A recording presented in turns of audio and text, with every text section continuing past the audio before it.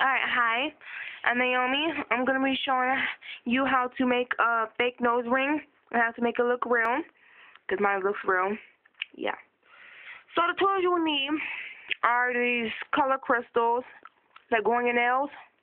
They work too. They have all sorts of colors, so you pick the color that you want.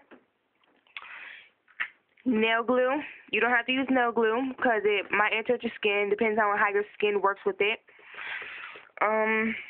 And a tool that you stick it on with. So first step, get the glue, put a little tiny dot. If you put too much, then that's your fault. You then get the tool, this tool, and dip it in the color that you want, and stick it to there. And press it down for 10 seconds.